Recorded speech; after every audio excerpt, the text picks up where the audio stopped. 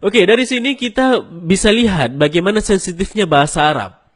Berbeda dengan bahasa Indonesia, kalau misalnya kita lagi chattingan nih, ya, lagi chattingan dan tidak sengaja tipu atau salah tulis, maka tidak akan lari ke arti atau kosakata yang lain.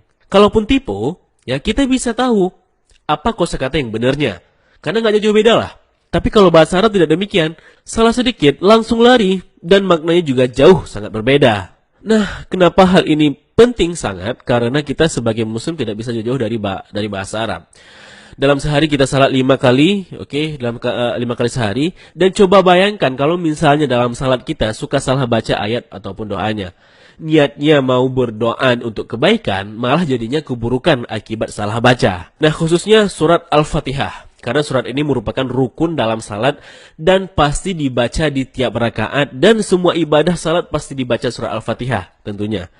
Oke, mari kita lihat kira-kira kesalahan apa yang sering kita lakukan saat kita membaca surat Al-Fatihah. Oke. Yang pertama teman-teman, ketika kita membaca Bismillahirrahmanirrahim. Ada sebagian kita membaca Rahim dengan Rahim.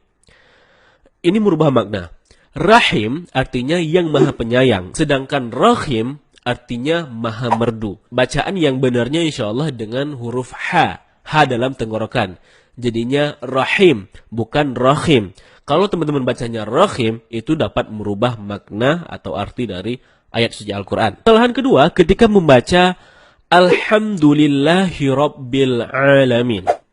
Nah, ada yang membaca Alhamdu tidak menggunakan H dalam kerongkongan. Kalau kita membaca Alhamdulillah dengan H dalam kerongkongan, ya artinya segala puji bagi Allah.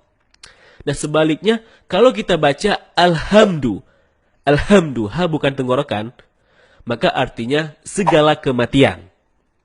Jauh berbeda. Begitu juga terkadang kita malas mengucapin huruf Ain. Jadinya ketika kita membaca Alhamdulillahi Rabbil Alamin, malah dibaca Alamin. Alamin menggunakan huruf Ain artinya semesta alam. Nah kalau Alamin artinya sakit. Kalau kita baca dari awal Alhamdulillahirabbil alamin, maka artinya sangat fatal. Segala kematian bagi Tuhan orang-orang yang sakit. Subhanallah, maknanya jauh 180 derajat. Tanpa sengaja kita malah memaki Allah. Nah, kesalahan ketiga teman-teman, ketika kita membaca Iyyaka na'budu wa iyyaka nasta'in. Ada yang membacanya dengan Iyyaka, tidak menekan huruf ya. Seperti sebagaimana kita jelaskan tadi bahwa penekanan itu dapat merubah makna. Kalau kita baca Iyyaka na'budu dengan menekan huruf ya, maka artinya menjadi kepadamulah kami menyembah. Kalau membaca tanpa tekanan seperti Iyyaka na'budu, maka artinya kepada cahaya matahari kami menyembah. Nauzubillah. Berbeda jauh 180 derajat, teman-teman. Nah, tanpa sengaja kita telah melakukan 3 kesalahan. Pertama, merubah makna, kemudian memaki Allah, dan yang ketiga meminta kepada matahari atau berlaku syirik. Nah, kalau setiap salat yang 5 kali sehari kita bacanya terus salah-salah, demikian maka setiap rakaat kita sudah merubah makna, memaki Allah, dan berbuat syirik. Nah, itu baru Al-Fatihah loh, belum lagi bacaan-bacaan lainnya.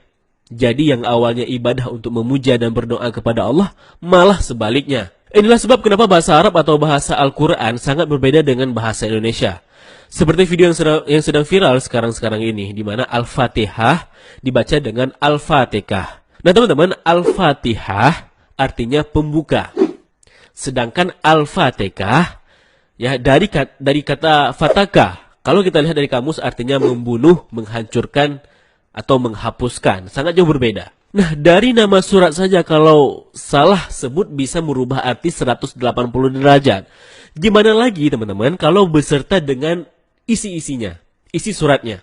Oke gini, saya tidak bermaksud untuk menyerang suatu individu, melainkan dari video viral ini kita ambil refleksinya, ya.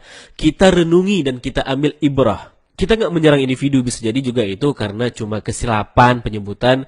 Ya kita sebagai muslim harus bisa saling berbaik sangka, karena bisa saja kita juga bisa salah seperti itu. Intinya video ini bukan untuk ngerosting orang, tetapi untuk mengambil ibrah dan pelajaran, wawasan serta ilmu pengetahuan bahwa bahasa Arab itu tidak seperti yang kita bayangkan. Dan semoga setelah ini kita bisa lebih banyak mempelajari ilmu tajwid untuk memperbaiki bacaan kita supaya sesuai dengan kaidah bahasanya. Dan saya sendiri jujur belum sempurna dalam pelafalan bahasa Arab, oleh karenanya sama-samalah kita belajar. Nah, terus gimana kalau dulu saya bacanya sering salah-salah? Kan saya tidak tahu apakah saya berdosa. Kan begitu pertanyaannya. Nah, teman-teman, dalam Islam ada yang namanya rufi'al qalam. Yakni kondisi di mana kamu ditolerir apabila berbuat kesalahan. Ada 3 kondisi di mana kamu berbuat salah namun kamu dimaafkan. Yang pertama, kondisi di mana kamu lupa atau khilaf. Yang kedua, hilang ingatan atau gila. Yang ketiga, tidak tahu atau belum punya ilmunya. Jadi kalau misalnya kamu tidak tahu, ya mudah-mudahan dimaafkan dengan syarat kamu akan belajar dan memperbaiki bacaannya. Dan kalaupun misalnya kamu sudah belajar dan tetap sering lupa, maka juga walaupun begitu kamu tetap berusaha untuk memperbaiki, maka insya Allah akan dimaafkan karena Allah tahu kalau kamu memang ada niat untuk memperbaiki diri. Dan Allah juga tahu kalau kamu lupa ataupun belum tahu. Allah melihat prosesnya loh. Nah, mungkin ini saja untuk vlog kali ini. Semoga bermanfaat. Bagaimana pendapat kalian? Tulis di kolom komentar. Nonton pula video lainnya dari Bennyans ID. Jangan lupa like, share, dan subscribe. Terima kasih telah menyaksikan. Sampai jumpa di episode berikutnya. Wassalamualaikum warahmatullahi wabarakatuh. Salam damai.